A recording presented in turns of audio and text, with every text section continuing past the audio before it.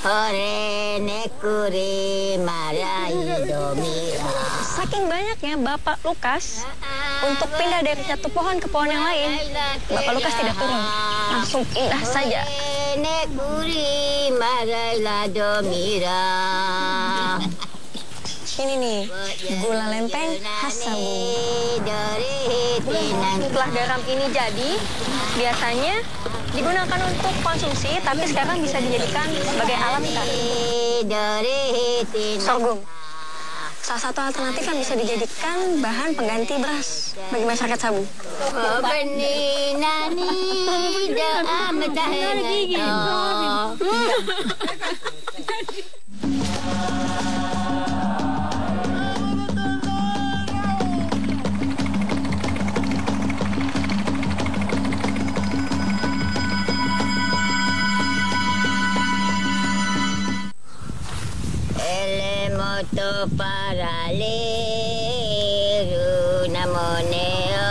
Keindahan wilayah timur Indonesia memang sangat luar biasa. Bentang alam yang indah dan keanekaragaman budaya melengkapi lukisan alam nan menawan. Kali ini saya mencoba mengenal lebih dekat aktivitas masyarakat Sabu dalam menghadapi musim kemarau yang panjang.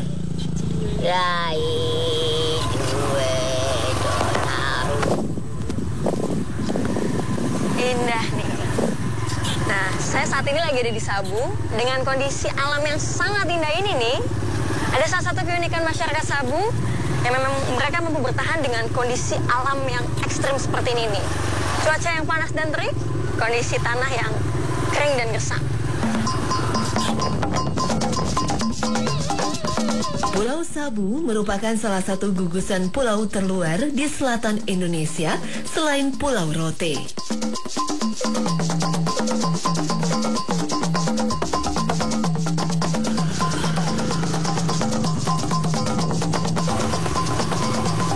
Daratan Sabu didominasi oleh gunung-gunung kapur serta tanah aluvial, grumosol, litosol, dan mediteran. Kondisi seperti ini membuat tidak semua tanaman dapat tumbuh dengan baik, terutama di musim kemarau. Ketika musim kemarau, lahan-lahan perkebunan tak dapat lagi ditumbuhi tanaman.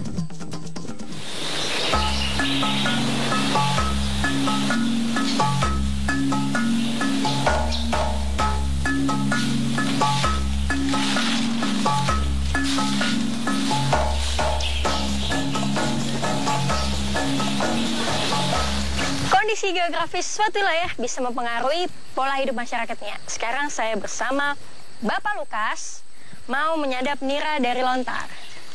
Nah, lontar itu sendiri merupakan identitas dari masyarakat Sabu. Masih jauh ke Bapak? Jauh. Mari Bapak. Karakter pohon famili Palmae ini akan mengalami dehidrasi dan tidak akan tumbuh baik apabila tanah tempat tumbuh mereka mengandung banyak air. Pohon yang memiliki nama latin Borassus flabellifer ini tersebar di beberapa daerah kering seperti di Asia Selatan, meliputi India dan Sri Lanka hingga Asia Tenggara. Sifat dari pohon yang dikenal kuat terhadap kekeringan ini sangatlah sesuai dengan lahan di pulau dengan curah hujan sedikit. Maka tak heran, hampir semua masyarakat Sabu menanam pohon lontar di kebun-kebun mereka sebagai tanaman berharga. Sejarah mencatat, teknik penyadapan pohon lontar masyarakat Sabu telah digambarkan oleh seorang ilmuwan pada ekspedisi James Cook di tahun 1720. Penyadapan nira telah diwariskan dari generasi ke generasi tanpa ada perubahan berarti selama berabad-abad.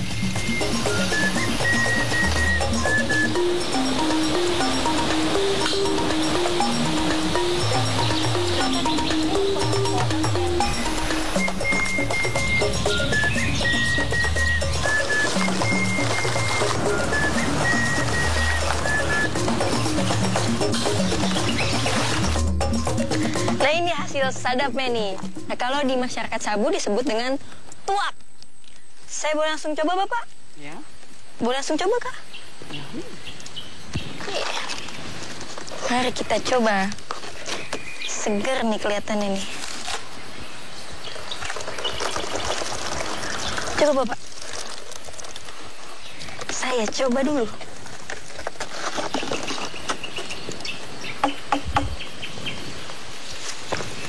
Jadi emang ternyata air itu udah ada rasa manisnya dan memang seger banget. Bapak punya berapa pohon kah di sini? 50 pohon pagi. 50 pohon. Nah, satu hari itu dia 2 kali satu hari. Bayangin, 50 pohon dalam sehari.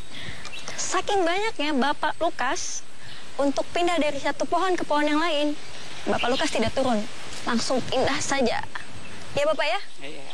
Ini sudah Bapak? Ya sudah. Yuk, ayo Bapak.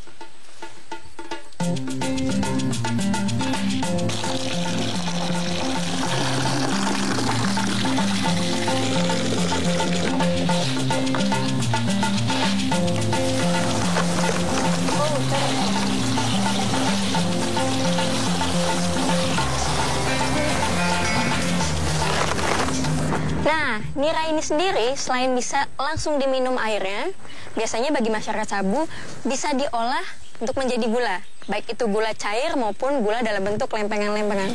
Dan ini merupakan mata pencaharian utama bagi masyarakat Sabu sebagai pembuat gula. Gula sabu atau dalam bahasa lokalnya donahu merupakan hasil olahan pertanian utama. Masyarakat di sini setiap harinya mengolah gula hasil sadapan pohon lontar.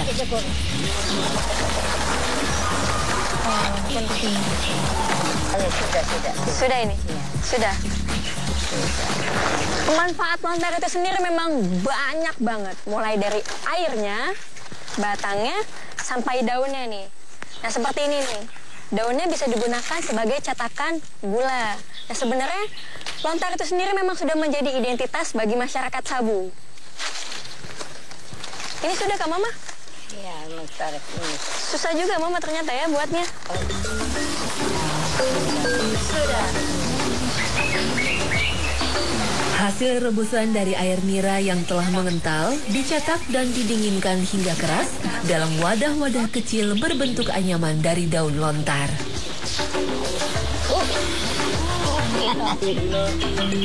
Gerun yan. Take mo na ini minum. La pakai kalau doa.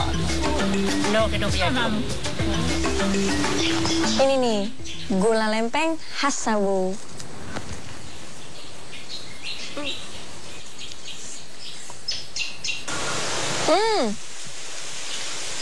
Nah sebenarnya kalau untuk rasanya nggak jauh berbeda dengan gula aren yang ada di Jawa, tapi bedanya kalau ini jauh lebih gurih dan lebih renyah nih. Nah sebelum masyarakat Sabu mengenal beras, ini nih yang dijadikan makanan pokok bagi mereka selain gula cair. Ina, coba Ina. Karena kandungan kalori gula sabu cukup tinggi, selain dijual sebagai komoditi, gula dari air lontar ini biasa disimpan oleh masyarakat sebagai cadangan makanan alternatif ketika menghadapi musim paceklik atau kemarau panjang. Hal inilah yang mendasari falsafah orang Sabu pada umumnya. Jangan lupa tanah Sabu, tanah tua dan gula.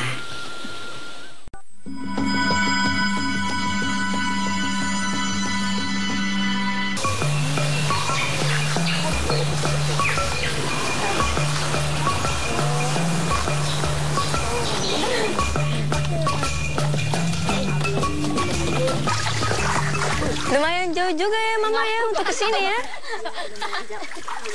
Ya, nah ini merupakan sumber mata air yang menurut Mama-mama di sini tidak pernah kering selama musim kemarau. Dan mata air ini pun juga digunakan oleh masyarakat di Kecamatan Haumehara. Dan ini biasanya nih airnya digunakan untuk apa aja nih Mama nih?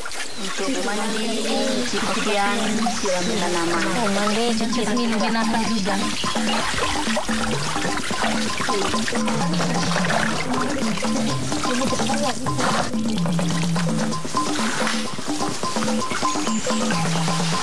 Kondisi musim kemarau yang panjang di Pulau Sabu bukanlah tanpa alasan. Lokasi Pulau Sabu yang berdekatan dengan benua Australia menyebabkan iklimnya subtropik. Dalam setahun, musim hujan di Sabu terjadi hanya 2 bulan.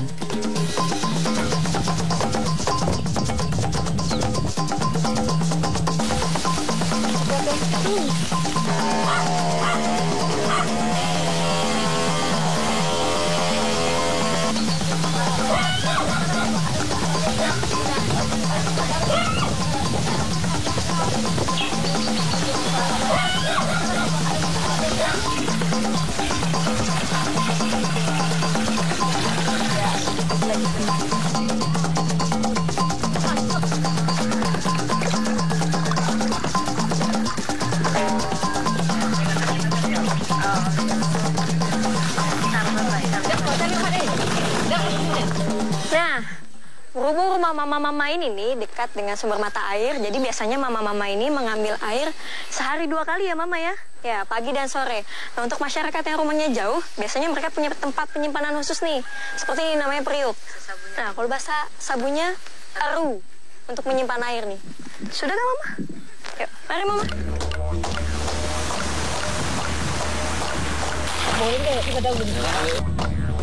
Lontar memang tak pernah bisa lepas dari kehidupan orang Sabu.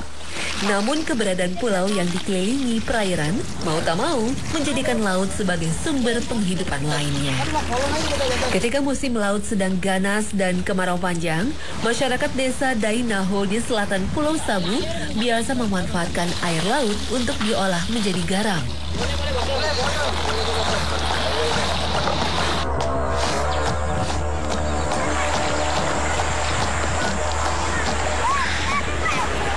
Daun lontar sudah dipakai untuk ngambil air nira, pakai ambil air tawar, dan sekarang saya pakai untuk ambil air laut untuk proses pembuatan garam. Multifungsi. Ayo mama. Terik matahari Sabu yang sangat menyengat bukanlah sebuah musibah, melainkan berkah tersendiri bagi penduduk pulau. Air laut yang ditampung dalam wadah seperti perahu mini dari daun lontar dibiarkan mengering menjadi kristal-kristal garam.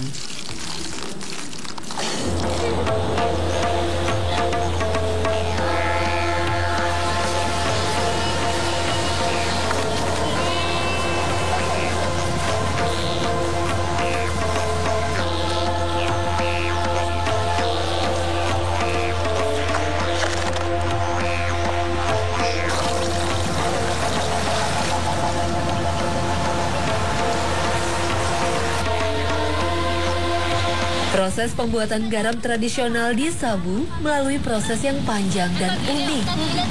Secara bertahap, air laut dituang kembali dari wadah atau haik ke tempat yang lebih kecil dan dibiarkan menyusut hingga mengkristal.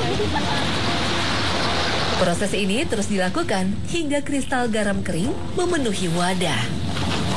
Setelah semuanya kering, barulah butiran garam dikerik dan dikumpulkan ke bak penampungan. Uniknya, lunturan yang timbul dari daun lontar menyebabkan warna garam berubah menjadi merah kecoklatan. Karena warnanya inilah, maka garam Sabu biasa disebut sebagai garam merah atau coklat.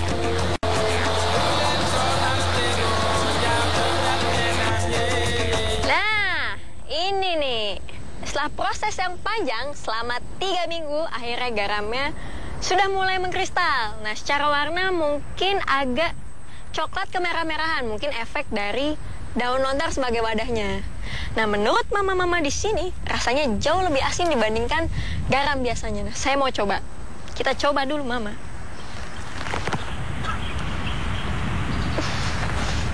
Asin, mama. Jadi tuh rasanya jauh lebih asin dibandingkan garam biasanya. Asin sekali, mama.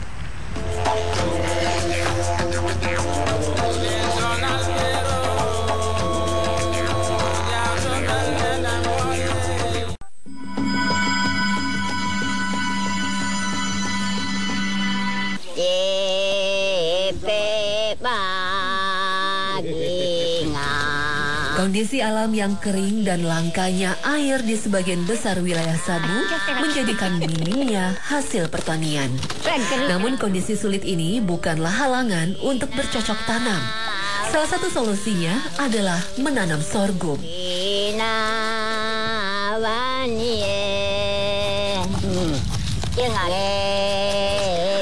Bagi masyarakat Sabu, dengan kondisi curah hujan yang sangat sedikit setiap tahunnya, tidak semua tanaman bisa tumbuh. Dengan kondisi musim kemarau yang panjang seperti ini nih, sorghum salah satu alternatif yang bisa dijadikan bahan pengganti beras bagi masyarakat Sabu. Tanaman sorghum dikenal memiliki ketahanan terhadap lahan yang kurang subur, berpasir, tingkat salinitas tinggi, bahkan kurang air. Kalau secara kasat mata nih lebih mirip tanaman jagung, mulai dari batang sampai daunnya nih. Mirip jagung. Tapi sebenarnya tanaman sorghum ini merupakan sejenis tanaman serealia, sebangsa gandum. Jadi mulai dari batang, daun, dan bijinya bisa dimanfaatkan. Nah, untuk batangnya sendiri biasanya dipakai untuk pangan ternak. Punya manfaatnya semuanya. Sudah, Mama? Ayo, Mama.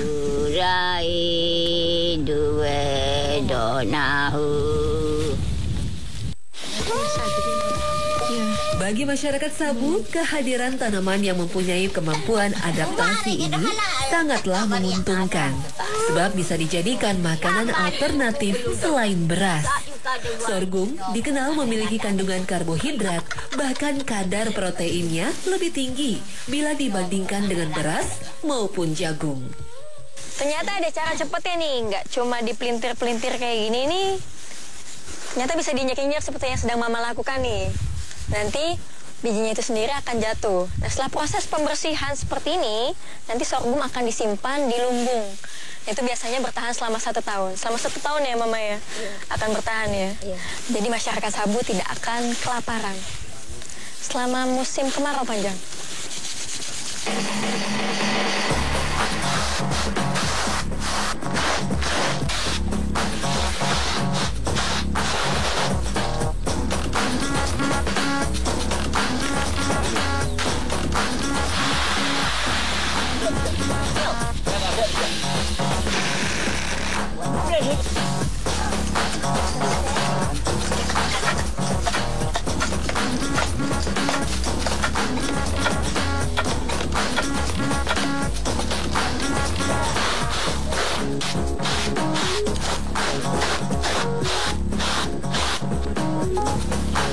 Nah, setelah tadi sebelumnya dibersihkan dari kulit luarnya, lalu ditapis, ditumbuk. Nah, ini sudah terpisah dengan kulit arinya nih, jadinya seperti ini.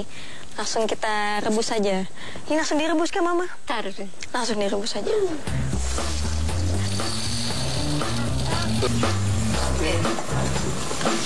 Diaduk-aduk, Mama. Meski olahan masakan berbahan dasar tanaman yang sering disebut terae hau ini sangat sederhana, namun bagi masyarakat Sabu merupakan berkah yang luar biasa. Oh, sudah tidak ada gigi. Iya. Sudah jadi.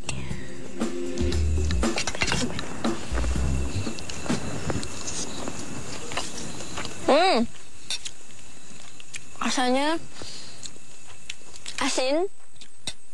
Dan mungkin tadi Mama taruh garam agak banyak ya, Mama? Iya. Tapi gurih. Memang agak sedikit keras. Berbeda dengan nasi pada biasanya. Mama tidak makan kah?